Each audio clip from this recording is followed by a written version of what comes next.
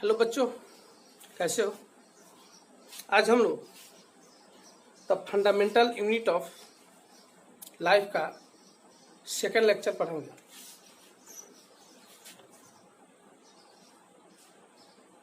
The fundamental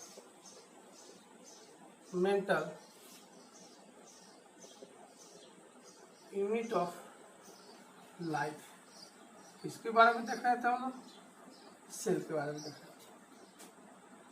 ठीक है ना। इसके पहले हम लोग पढ़े हुए थे, प्रीवियस लेक्चर में पढ़े हुए थे कि एक रॉबर्ट हुक नाम के साइंटिस्ट ने, है ना, कॉर्क में एक hexagonal structure eyes like a Honey comb के जैसा उन्होंने एक देखा, जिसको उन्होंने नाम सेल दिया। इसके बारे में बहुत सारी चीजें देखे हुए थे, है ना। रॉबर्ट हुक ने बताया था कि सेल के पास एक ऐसी कैपेसिटी होती है कि जितने भी लिविंग बींग्स होते हैं उनके शरीर के अंदर कुछ बेसिक फंक्शन जो होते हैं, सच है न्यूट्रिशन, डाइजेशन करना, एक्सक्रिएशन करना, रिप्रोडक्शन करना, ग्रोथ करना, वो सभी किसके द्वारा होता है, सेल के अंदर होता है। तो उन्होंने क्या बताया था कि all cells are capable, all cells are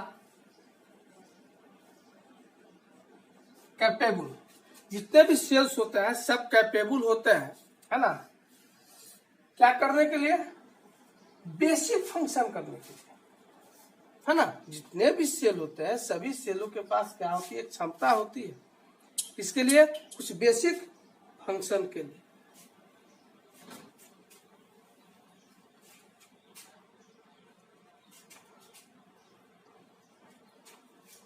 है ना, capable of carrying out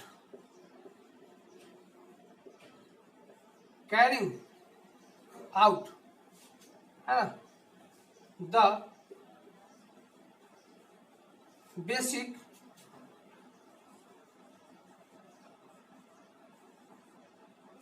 function such as nutrition,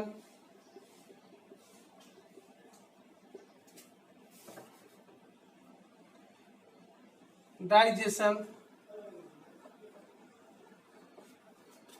growth,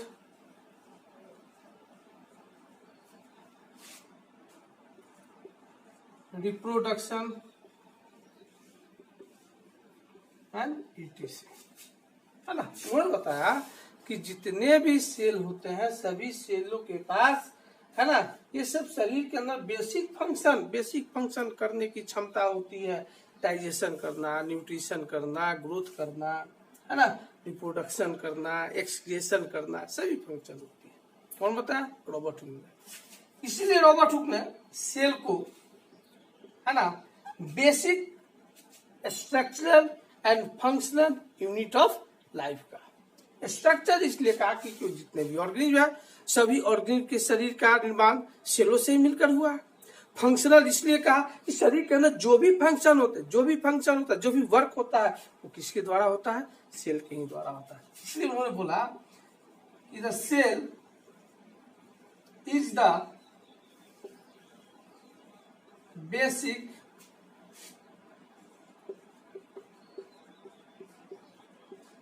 structural and functional unit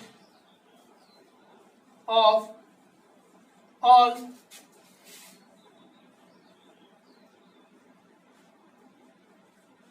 living organisms।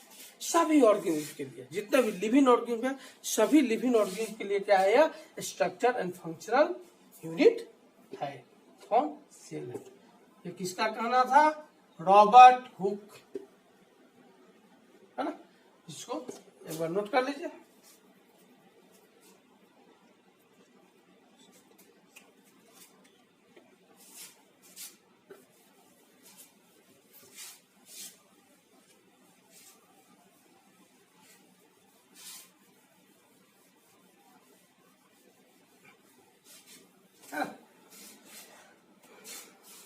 जो इंस्ट्रूमेंट का यूज रॉबर्ट हुक ने किए थे सेलों के बारे में जानने के लिए, ठीक है। थोड़ा सा देख लेते हैं किस प्रकार के इंस्ट्रूमेंट थे, है ना। तो अगला टॉपिक डालेंगे हम लोग instrument for studying cells. Instrument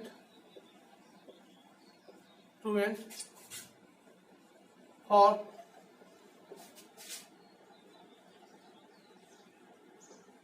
studying cells. हाँ, इंस्ट्रूमेंट सेल के लिए जो इंस्ट्रूमेंट यूज किया था उसके बारे में हम लोग देखेंगे, है ना। तो उन्होंने जो इंस्ट्रूमेंट यूज किया था उस इंस्ट्रूमेंट को हम लोग माइक्रोस्कोप कहते हैं। माइक्रोस्कोप कहते हैं। माइक्रोस्कोप दो प्रकार के होते हैं। एक को हम लोग लाइट माइक्रोस्कोप कहते हैं, ठीक है ना। और दूसरा को हम लोग इलेक्ट्रॉन माइक्रोस्कोप कहते हैं। माइक्रोस्कोप कहा जाता है। एक को हम लाइट माइक्रोस्कोप कहते हैं और दूसरा को इलेक्ट्रॉन माइक्रोस्कोप कहते हैं। लाइट माइक्रोस्कोप इसलिए कहा जाता है क्योंकि इसको देखने के लिए लाइट माइक्रोस्कोप को यूज करने के लिए लाइट की आवश्यकता होती है। इसमें डिफरेंट टाइप्स के लेंस लगे हुए रहते हैं, अलग अलग बहुत सारे लेंस जुड़े हुए रहते हैं, इसलिए इसको कंपाउंड माइक्रोस्कोप के नाम से जानते हैं। Compound microscope. इसको लाइट माइक्रोस्कोप के नामों से जानते हैं, कंपाउंड माइक्रोस्कोप के भी नाम से जानते हैं। जिसमें इसकी कैपेसिटी होती है किसकी, लाइट माइक्रोस्कोप की कैपेसिटी होती है अबाउट 300 to 1500 टाइम्स बड़ा करके किसी भी छोटे से छोटे ऑर्गेनिज्म को दिखाया जा सकता है। इतनी इसकी कैपेसिटी होती है कि छोटा से भी छोटा अगर कोई ऑर्गेनिज्म हो तो उससे 300 से लेकर 1500 टाइम्स तक बड़ा करके इसको दिखाया जा सकता है। इसको नोट कर लीजिए, तो फिर आगे देखेंगे हम लोग।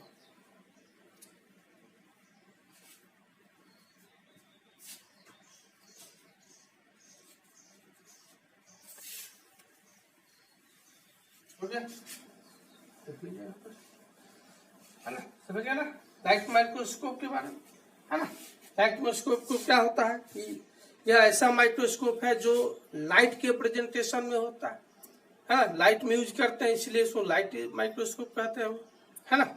इसमें किसी भी ऑर्गेनिज्म को या कोई भी वस्तु अगर छोटा हो तो उसको 300 से लेकर 1500 तक, है ना, 1500 टाइम्स तक बड़ा करके इसको देखा जा सकता है। इसके अंदर देखा जाए तो बहुत सारे, है ना, इसमें 2 या 2 से अधिक भी, है ना, कुछ लेंस लगे हुए रहते हैं, इसीलिए इसको हम लोग कंपाउंड माइक्रोस्कोप के नाम से जानते हैं। इसको देखिए, देखते हैं। Cells are study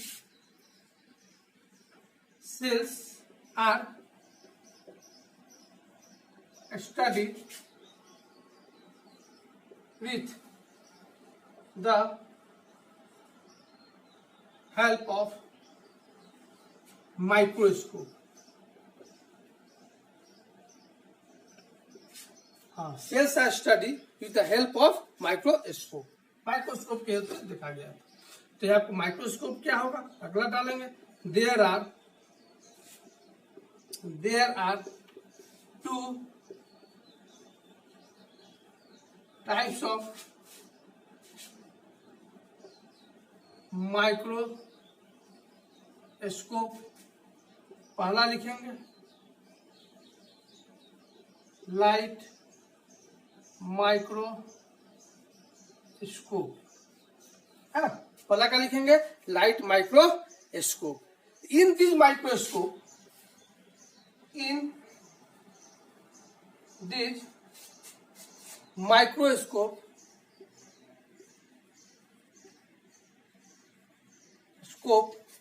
many lenses,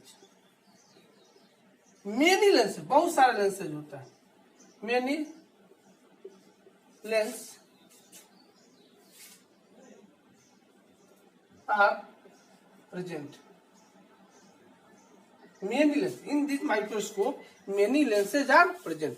बहुत सारे इसके अंदर क्या बोलते हैं लेंस होते हैं. So these microscope is also called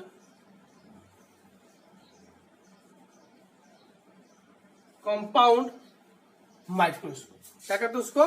compound microscope कहते हैं. Compound microscope. चलिए यहां लिख देते हैं हम माइक्रोस्कोप.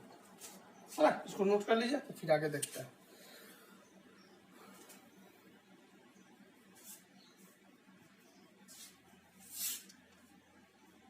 हो गया. माइक्रोस्कोप है. हाँ देखिएगा microscope.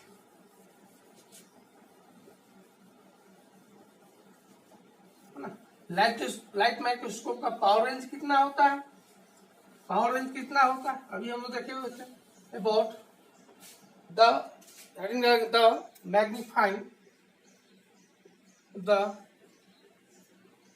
Magnifying power range of light microscope कितना होता है? About 300 to 1500 times. इतने टाइम्स क्या होता है? बिग होता है, बड़ा होता है. कौन? लाइट माइक्रोस्कोप होता है. ठीक है ना. कंपाउंड माइक्रोस्कोप क्या होता है? कंपाउंड माइक्रोस्कोप को ही हम लाइट माइक्रोस्कोप कहते हैं. कंपाउंड माइक्रोस्कोप क्यों कहते हैं भाई? क्योंकि बहुत सारे इसमें क्या होते हैं लेंस लगे हुए रहते हैं. देखेंगे हम लोग. ये तो बात हो गई आपको इंस्ट्रूमेंट. थोड़ा सा जानना था इसके बारे में, है ना. ज्यादा इम्पोर्टेंट तो नहीं है लेकिन एक जानकारी होनी चाहिए, है ना, माइक्रोस्कोप के बारे में कौन से यूज किए हुए. फिर आते हैं वही रॉबर्ट हुक के बारे में. रॉबर्ट हुक ने सेल का डिस्कवर किया था. उन्होंने बताया था लगभग इस शरीर के अंदर देखा जाए तो about 200 different types of cell. 200 different types of cell, है ना. लगभग 200 अलग अलग प्रकार के सेल शरीर के अंदर पाए जाते हैं, है ना. या अबाउट 200 मोर, है ना, मोर देन 200 से भी अधिक डिफरेंट टाइप्स ऑफ सेल होते हैं, है ना, जो अलग अलग फंक्शन को परफॉर्म करते हैं, है ना. जैसे घर में एक बहुत सारे मेंबर होते हैं तो सभी मेंबर का एक काम अलग अलग होता है ना. कोई घर का दूसरा काम किया, कोई व्यक्ति है जिसको दूसरा काम किया गया, उसका काम वही है, उसी काम को करेगा, है ना. उसी प्रकार शरीर के अंदर भी कुछ ऐसे सेल होते हैं जो सेल अलग अलग अपना फंक्शन क्या करता है, परफॉर्म करता है. ठीक है ना. इस वीडियो को देखते रहिए, पॉज करके सुनिए. जहाँ कोई प्रॉब्लम हो कमेंट बॉक्स में डालिए. जो भी समस्या हो, जो भी आपको कहीं पर भी दिक्कत लगे, है ना, तो आप हमसे शेयर कर सकते हैं उसको, है ना. और इस वीडियो को जितना से जितना ज़्यादा हो शेयर करें, है ना. और चैनल को थोड़ा सा सब्सक्राइब कीजिए आप लोग, है ना. सब्सक्राइब कीजिएगा तो मेरा जो भी लेक्चर होगा, आगे वाला जब भी लेक्चर बनेगा वो आपके पास पहुंच जाएगा. आज के लिए इतना ही.